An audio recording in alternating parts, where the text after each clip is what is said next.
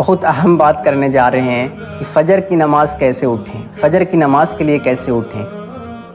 ہم نے خود ایکسپیرینس کیا ہے جو چیز، وہی چیز آپ کو میں بتاؤں گا کہ فجر کی نماز پڑھنا ہے تو کیسے اٹھ پائیے گا آپ۔ سب سے فرسٹ اسٹیپ میرے لیے جو میں نے چیز سیکھا ہے کہ رات کو جتنا جلدی سوئیں، کتنوں نیت خالص ہوگا، کتنوں مخلص ہو جاتا ہے، لیکن اگر 12:30 ہو گیا، 1 بج گیا تو پھر آپ نہیں اٹھ پاتے ہیں، ہم نہیں اٹھ پاتے ہیں۔ ہمارا وہ ایمان کا لیول نہیں ہے کہ ہم اللہ کے لیے اپنے نفس کو ترک کر دیں، لیکن انشاءاللہ الرحمن کوشش ہے کہ ہم اس لیول تک جائیں کہ ہم کچھ بھی ہو جائے فجر کی نماز کبھی بھی ترک نہ ہو، کیونکہ یہ فرض ہے۔ ان الصلاۃ کانت علی المؤمنین کتابا موقوتا، یہ تو مسلمانوں کے اوپر فرض کیا گیا ہے، وہ بھی مقرر وقتوں میں۔ ہمارا کیا ہوتا ہے کہ اچھا کوئی بات نہیں ہے، فجر جیسے چھوٹ جاتا ہے تو اچھا قضا پڑھ لیں گے، 7 بجے پڑھ لیں گے، 6 بجے مطلب فجر نماز کے بعد 2 گھنٹہ 3 گھنٹہ جس ٹائم نیند آرام سے کھلے گی۔ نہیں بھائی، ہم اللہ کے لیے اپنے نفس کو ترک کریں گے۔ قرآن میں آتا ہے سورۃ الفرقان میں نا، ارأیت من اتخذ الہہ ہوا، اے نبی آپ نے اس شخص کو دیکھا جس نے اپنے خواہش نفس کو اپنا الہ بنا لیا، الہہ ہوا افانت تکون علیہ وکیلا، کیا آپ ایسے شخص کی ذمہ داری لیتے ہیں؟ اور یہ 2 جگہ پر آیا ہے یہ آیت۔ تو نفس کی پوجا، نفس کی عبادت کرنے والے کو، مادہ پرستی کی عبادت کرنے والے کو اللہ کے رسول صلی اللہ علیہ وسلم بھی ذمہ داری نہیں لیں گے۔ اور فجر کا وقت ہو جائے گا اور الصلاۃ خیر من النوم، حی علی الصلاۃ حی علی الفلاح، مؤذن اذان دے گا، بلائے گا اللہ کی منادی، اور ہم چادر اوڑھیں گے اور آرام سے سو جائیں گے۔ تو یہ نفس کی عبادت ہوا یا پھر اللہ کی عبادت ہوئی؟ نفس کی عبادت ہوئی، ظاہر سی بات ہے۔ تو رات کو پہلے سوئیں تاکہ ہم فجر کی نماز میں بآسانی اٹھ سکیں، یاد رکھیں اس بات کو۔ اور دوسری جو اسٹیپ ہے وہ یہ ہے کہ الارم لگا کر سوئیں۔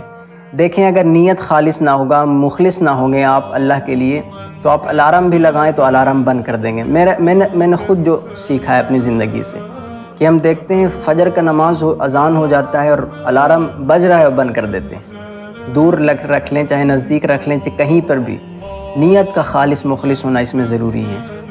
ایسے الارم لگا کر سوئیں۔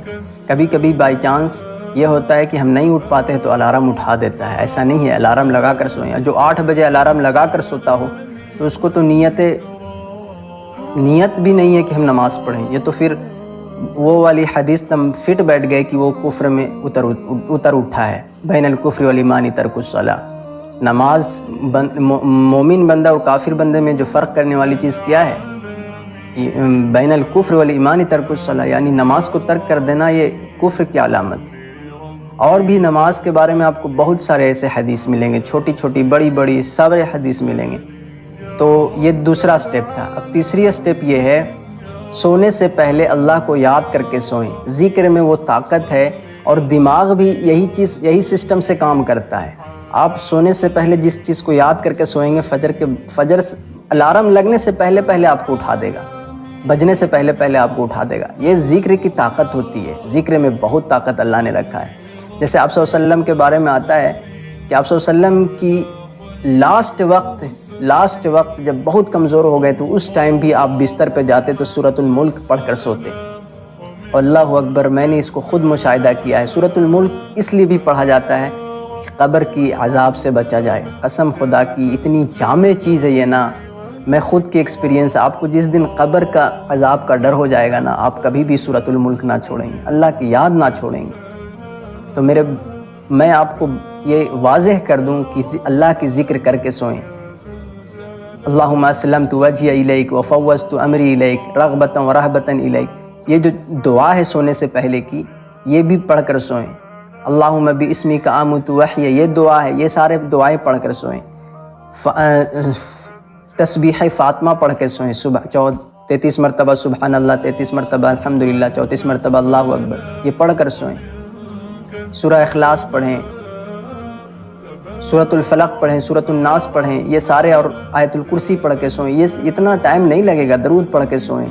یہ سارے چیز اللہ کی یاد کر کے سوئیں گے تو مائنڈ بھی اس چیز پر، سسٹم پر کام کرتا ہے کہ آپ کو وہ اس وقت اٹھا دے گا جو آپ کے اندر جو چیز کی خواہش ہے، یعنی فجر کی نماز کی خواہش ہے تو اس میں غفلت نہیں برتے گا، یاد رکھیں۔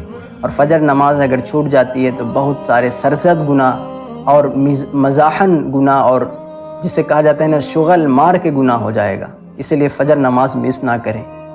اور چوتھا سٹیپ یہ ہے کہ آپ کے گھر میں جو فجر کی نماز کے لیے اٹھتا ہے اس کو آپ بول دیں کہ امی ابو جو بھی اٹھتے ہیں، بہن بھائی شوہر یا بیوی جو بھی اٹھتی ہے تو اس کو آپ بول دیں کہ مجھے بھی اٹھا دیجیے گا۔ اگر الارم مس ہو جاتا ہے تو وہ انسان تو کم از کم جو فجر نماز کی پابند ہے وہ تو اٹھا دے گا آپ کو۔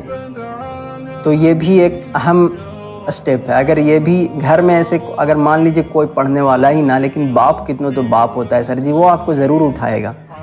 میں نے خود محسوس کیا ہے کہ اگر فجر نماز مس ہو جاتا ہے تو وہ اللہ اکبر، ابو جان ایسے سناتے ہیں کہ اللہ اکبر۔ اسی لیے گھر میں تو کوئی نہ کوئی بڑے تو اٹھا ہی دیں گے، تو ان کو بول دیں فجر نماز میں اٹھا دیا کریں۔ یہ بہت اہم، یہ بھی اسٹیپ بہت اہم ہے۔ اور یہ بھی بات، یہ تو فرسٹ اسٹیپ پر ہی بات ہونی چاہیے، لیکن 5 اسٹیپ پر بات ہو رہی ہے کہ نیت کو خالص کریں کہ انما الاعمال بالنیات۔ نیت اگر مخلص ہوگا، خالص ہوگا، میں نے شروع میں بھی بات کیا کہ نیت کا پاک ہونا بہت ضروری ہے۔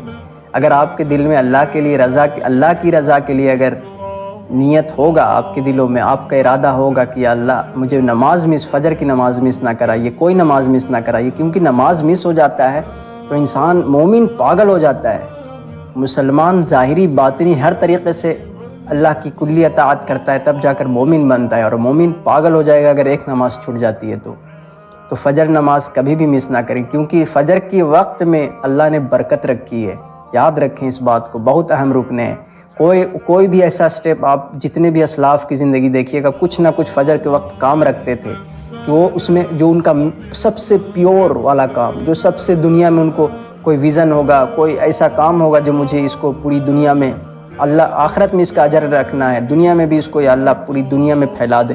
تو ایسے لوگ ہمیشہ فجر کے وقت اٹھتے ہیں اور اس کام کو انجام دیتے ہیں، تو اللہ ان کو انعام بھی دیتا ہے۔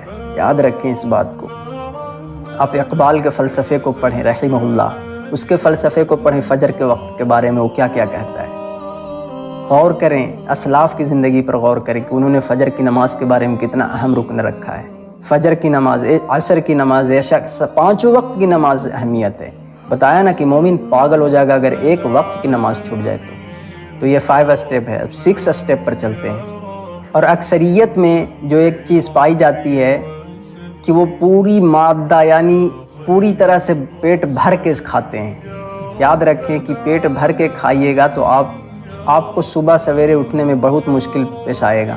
میں نے اس کو خود محسوس بھی کیا ہے، اسی لیے میں آپ کو، اور آپ اسلام کے جتنے بھی نظریہ اور فلسفے ہیں آپ اٹھا کر دیکھیں، آپ صلی اللہ علیہ وسلم کی زندگی کو اٹھا کر دیکھیں، یا پورے آپ تابعین، خلفائے راشدین اور صحابہ کرام جتنے بھی اولیاء اللہ گزرے ہیں، آپ ان کی زندگی اٹھا کر دیکھیں جنہوں نے نماز کی پابندی کی ہے، وہ پیٹ بھر کھانے کو پسند نہیں کرتے۔ آپ صلی اللہ علیہ وسلم کی زندگی تو اسوۃ الحسنہ ہے نا، ہر کسی کے لیے آئیڈیل ہے کہ نہیں آئیڈیل، ہم سب اس چیز کو مانتے ہیں۔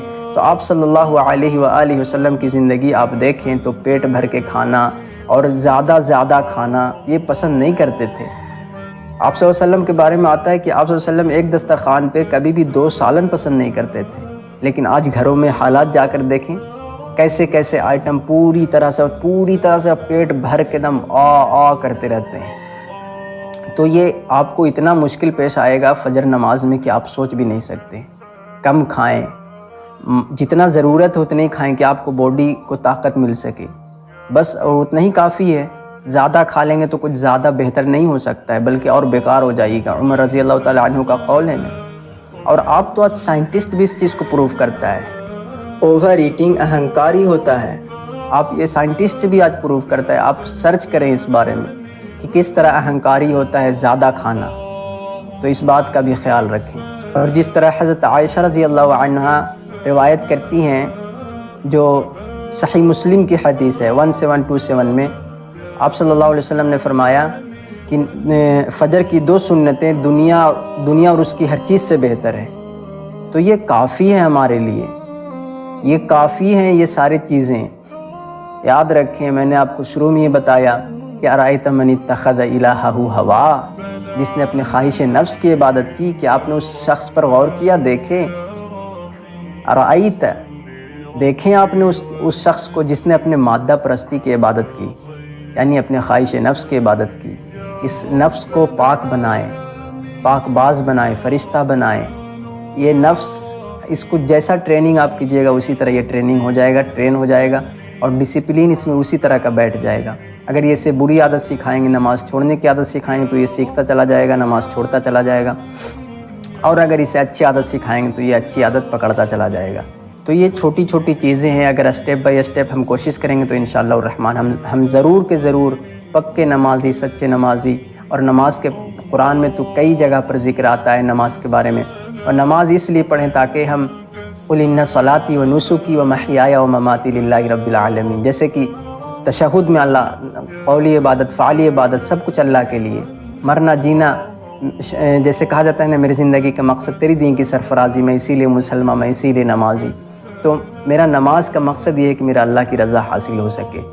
میں، جیسے کہا جاتا ہے نا، اقیم الصلاۃ لذکری، اور نماز کی سب سے بہترین پوائنٹ مجھے ایک چیز نظر آتا ہے کہ ان الصلاۃ تنہی عن الفحشاء والمنکر ولذکر اللہ اکبر واللہ یعلم۔